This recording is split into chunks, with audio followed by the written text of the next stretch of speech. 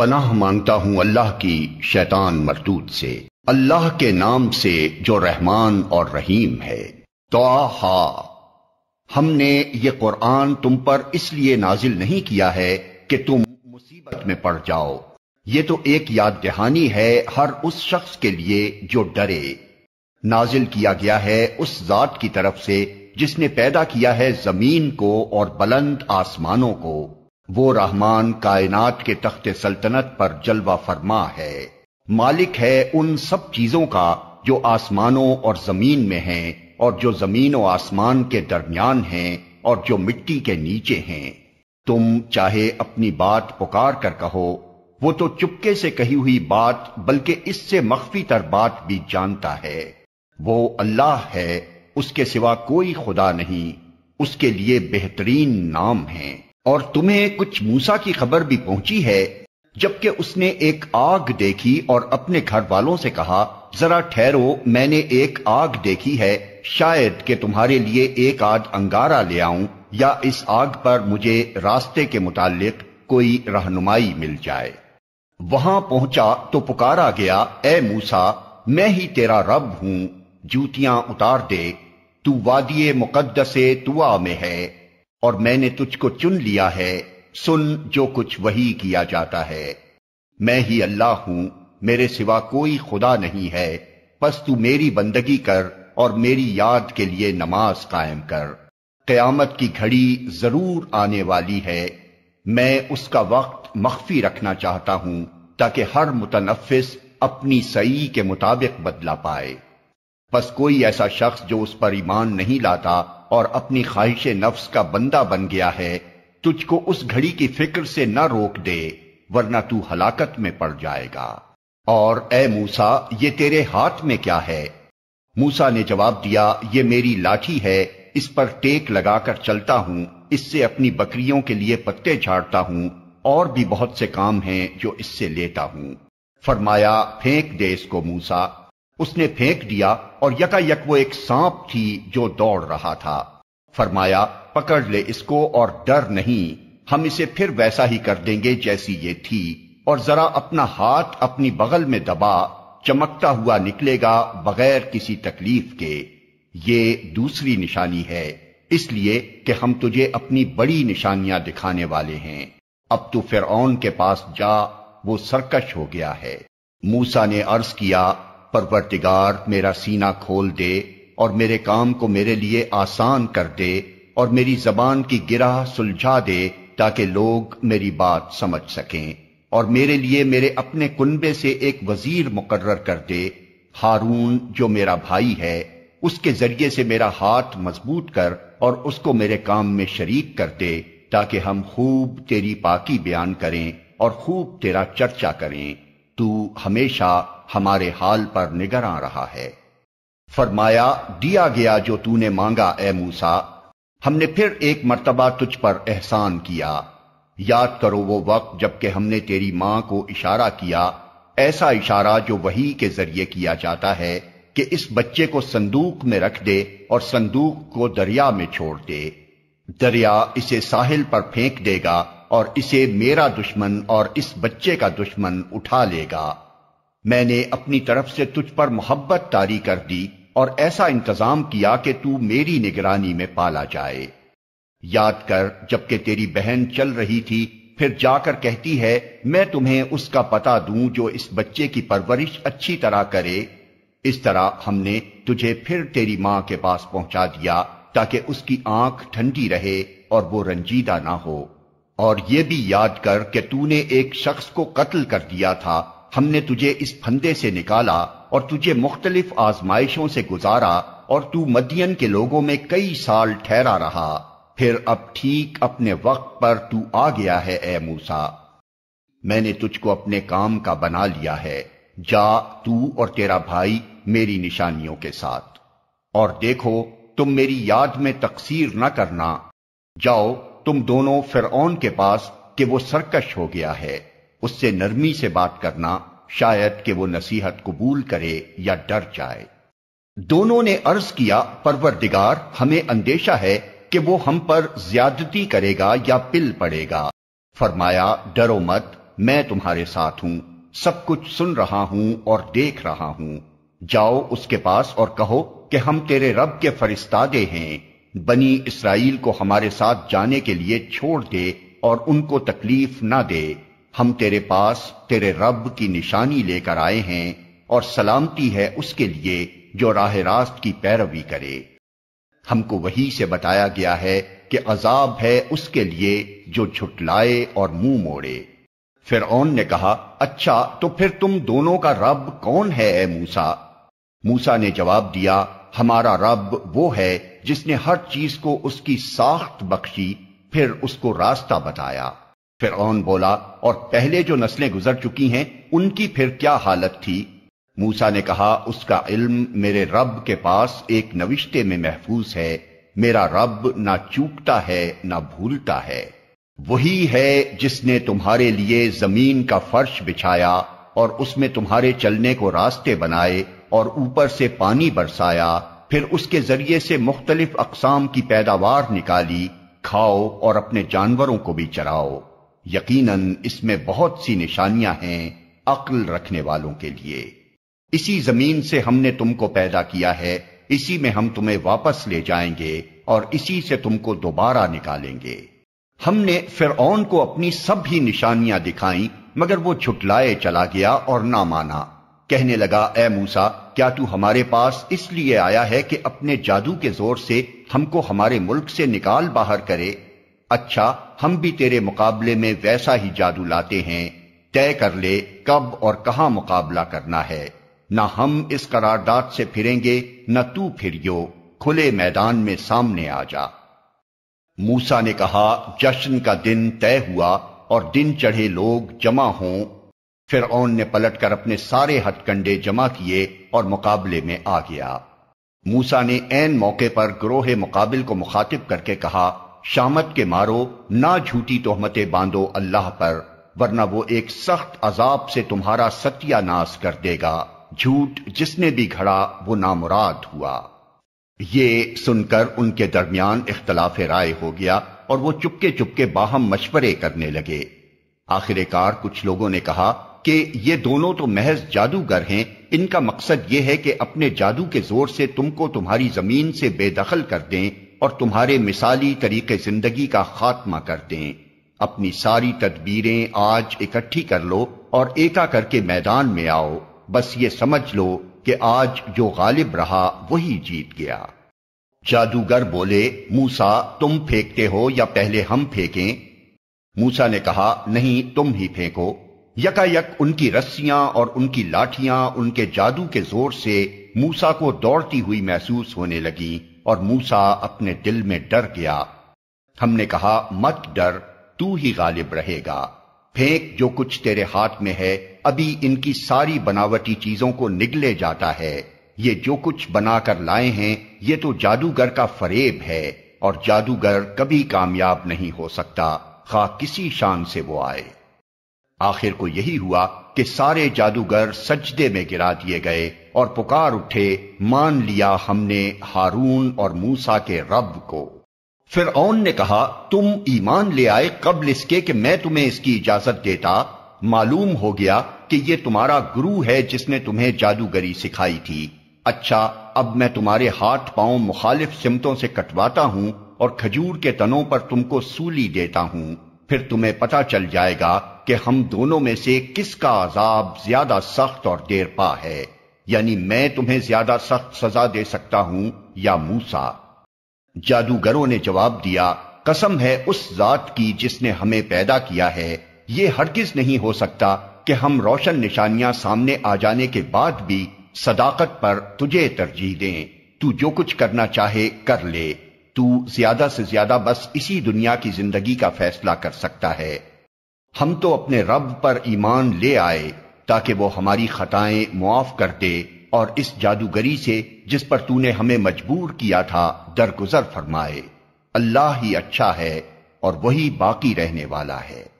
حقیقت یہ ہے کہ جو مجرم بن کر اپنے رب کے حضور حاضر ہوگا اس کے لیے جہنم ہے جس میں وہ نہ جیے گا نہ مرے گا، اور جو اس کے حضور مومن کی حیثیت سے حاضر ہوگا جس نے نیک عمل کیے ہوں گے ایسے سب لوگوں کے لیے بلند درجے ہیں، سدا بہار باغ ہیں جن کے نیچے نہریں بہ رہی ہوں گی، ان میں وہ ہمیشہ رہیں گے۔ یہ جزا ہے اس شخص کی جو پاکیزگی اختیار کرے۔ ہم نے موسیٰ پر وحی کی کہ اب راتوں رات میرے بندوں کو لے کر چل پڑ اور ان کے لیے سمندر میں سوکھی سڑک بنا لے، تجھے کسی کے تعاقب کا ذرا خوف نہ ہو اور نہ سمندر کے بیچ سے گزرتے ہوئے ڈر لگے۔ پیچھے سے فرعون اپنے لشکر لے کر پہنچا اور پھر سمندر ان پر چھا گیا جیسا کہ چھا جانے کا حق تھا۔ فرعون نے اپنی قوم کو گمراہ ہی کیا تھا، کوئی صحیح رہنمائی نہیں کی تھی۔ اے بنی اسرائیل، ہم نے تم کو تمہارے دشمن سے نجات دی اور طور کے دائیں جانب تمہاری حاضری کے لیے وقت مقرر کیا اور تم پر من و سلوہ اتارا۔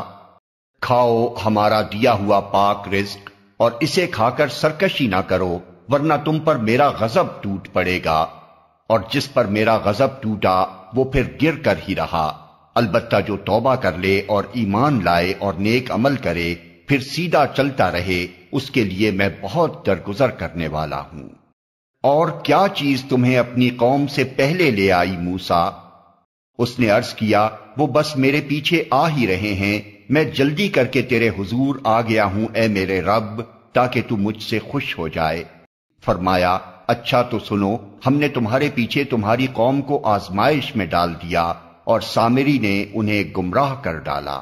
موسیٰ سخت غصے اور رنج کی حالت میں اپنی قوم کی طرف پلٹا، جا کر اس نے کہا، اے میری قوم کے لوگو، کیا تمہارے رب نے تم سے اچھے وعدے نہیں کیے تھے؟ کیا تمہیں دن لگ گئے ہیں، یا تم اپنے رب کا غضب ہی اپنے اوپر لانا چاہتے تھے کہ تم نے مجھ سے وعدہ خلافی کی؟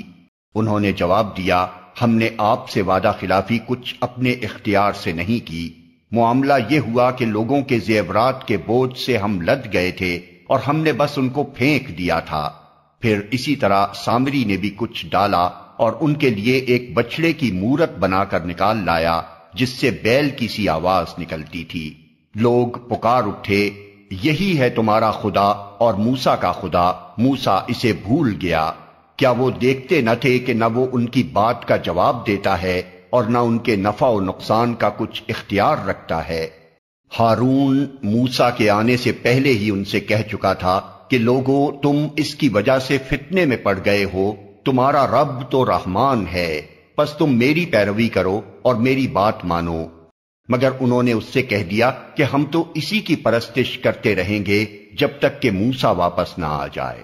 موسیٰ قوم کو ڈانٹنے کے بعد ہارون کی طرف پلٹا اور بولا، ہارون، تم نے جب دیکھا تھا کہ یہ گمراہ ہو رہے ہیں تو کس چیز نے تمہارا ہاتھ پکڑا تھا کہ میرے طریقے پر عمل نہ کرو؟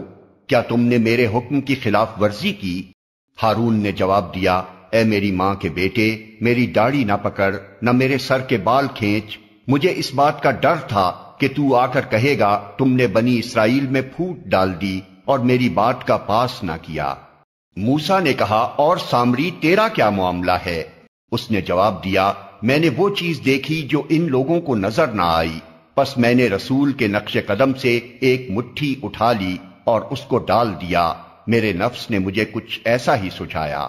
موسیٰ نے کہا، اچھا تو جا، اب زندگی بھر تجھے یہی پکارتے رہنا ہے کہ مجھے نہ چھونا، اور تیرے لیے باز پرس کا ایک وقت مقرر ہے جو تجھ سے ہرگز نہ ٹلے گا، اور دیکھ اپنے اس خدا کو جس پر تو ریجھا ہوا تھا، اب ہم اسے جلا ڈالیں گے اور ریزہ ریزہ کر کے دریا میں بہا دیں گے۔ لوگو، تمہارا خدا تو بس ایک ہی اللہ ہے، جس کے سوا کوئی اور خدا نہیں ہے، ہر چیز پر اس کا علم حاوی ہے۔ اے محمد، اس طرح ہم پچھلے گزرے ہوئے حالات کی خبریں تم کو سناتے ہیں، اور ہم نے خاص اپنے ہاں سے تم کو ایک ذکر، درس نصیحت عطا کیا ہے۔ جو کوئی اس سے منہ موڑے گا وہ قیامت کے روز سخت بارے گناہ اٹھائے گا، اور ایسے سب لوگ ہمیشہ اس کے وبال میں گرفتار رہیں گے، اور قیامت کے دن ان کے لیے اس جرم کی ذمہ داری کا بوجھ بڑا تکلیف دہ بوجھ ہوگا۔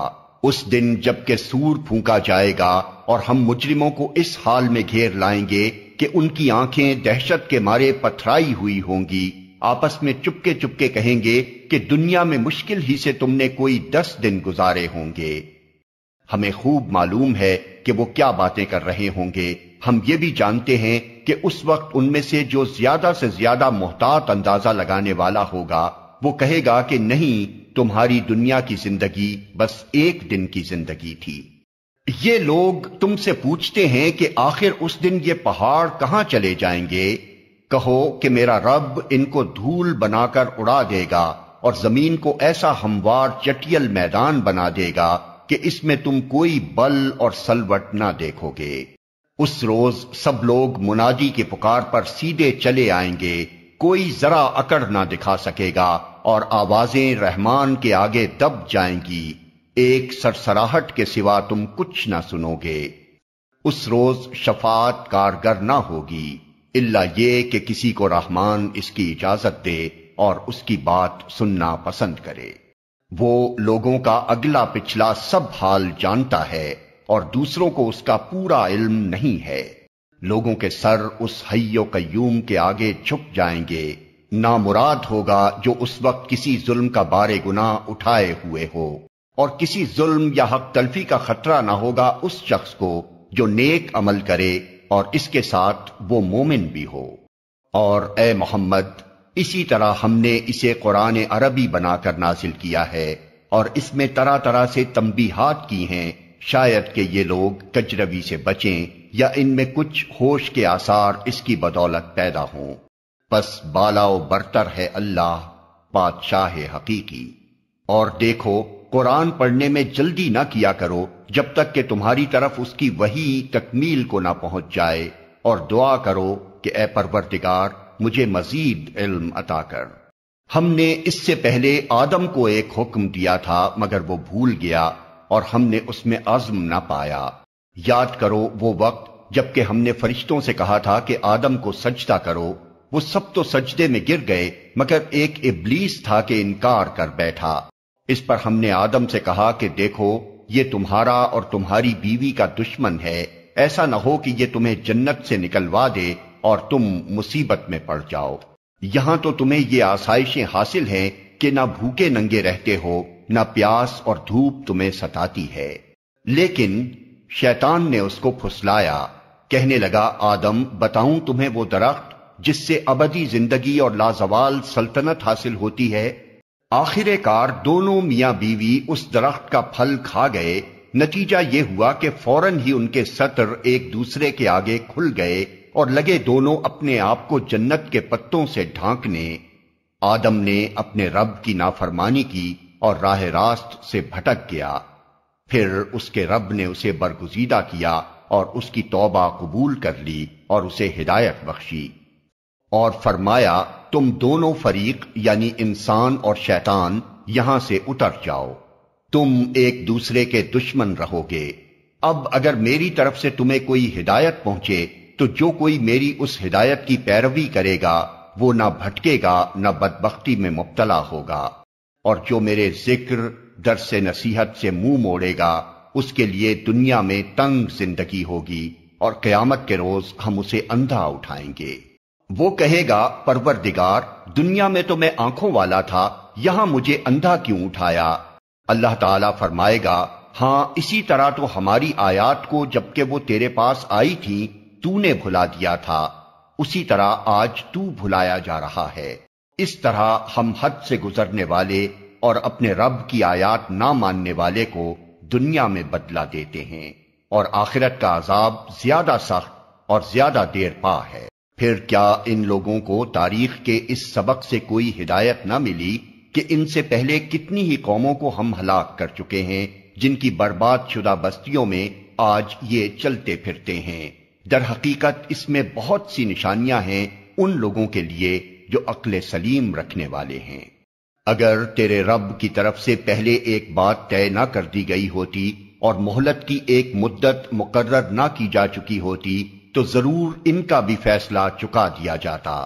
پس اے محمد، جو باتیں یہ لوگ بناتے ہیں ان پر صبر کرو اور اپنے رب کی حمد و ثنا کے ساتھ اس کی تسبیح کرو، سورج نکلنے سے پہلے اور غروب ہونے سے پہلے، اور رات کے اوقات میں بھی تسبیح کرو اور دن کے کناروں پر بھی، شاید کہ تم راضی ہو جاؤ۔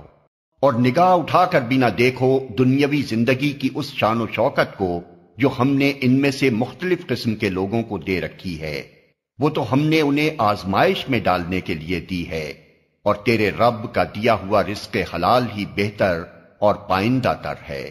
اپنے اہل و عیال کو نماز کی تلقین کرو اور خود بھی اس کے پابند رہو۔ ہم تم سے کوئی رزق نہیں چاہتے، رزق تو ہم ہی تمہیں دے رہے ہیں، اور انجام کی بھلائی تقوی ہی کے لیے ہے۔ وہ کہتے ہیں کہ یہ شخص اپنے رب کی طرف سے کوئی نشانی، معجزہ کیوں نہیں لاتا، اور کیا ان کے پاس اگلے صحیفوں کی تمام تعلیمات کا بیان واضح نہیں آ گیا؟ اگر ہم اس کے آنے سے پہلے ان کو کسی عذاب سے ہلاک کر دیتے تو پھر یہی لوگ کہتے کہ اے ہمارے پروردگار، تو نے ہمارے پاس کوئی رسول کیوں نہ بھیجا کہ ذلیل و رسوا ہونے سے پہلے ہی ہم تیری آیات کی پیروی اختیار کر لیتے۔ اے محمد، ان سے کہو ہر ایک انجام کار کے انتظار میں ہے، پس اب منتظر رہو، عنقریب تمہیں معلوم ہو جائے گا کہ کون سیدھی راہ چلنے والے ہیں اور کون ہدایت یافتہ ہیں۔